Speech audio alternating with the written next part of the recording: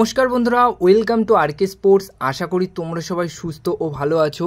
তো আজকে 29শে জুলাই, আজকে মোহনবাগান দিবস। তো আজকের দিনটা সবার খুব ভালো কাটুক এটাই বলবো।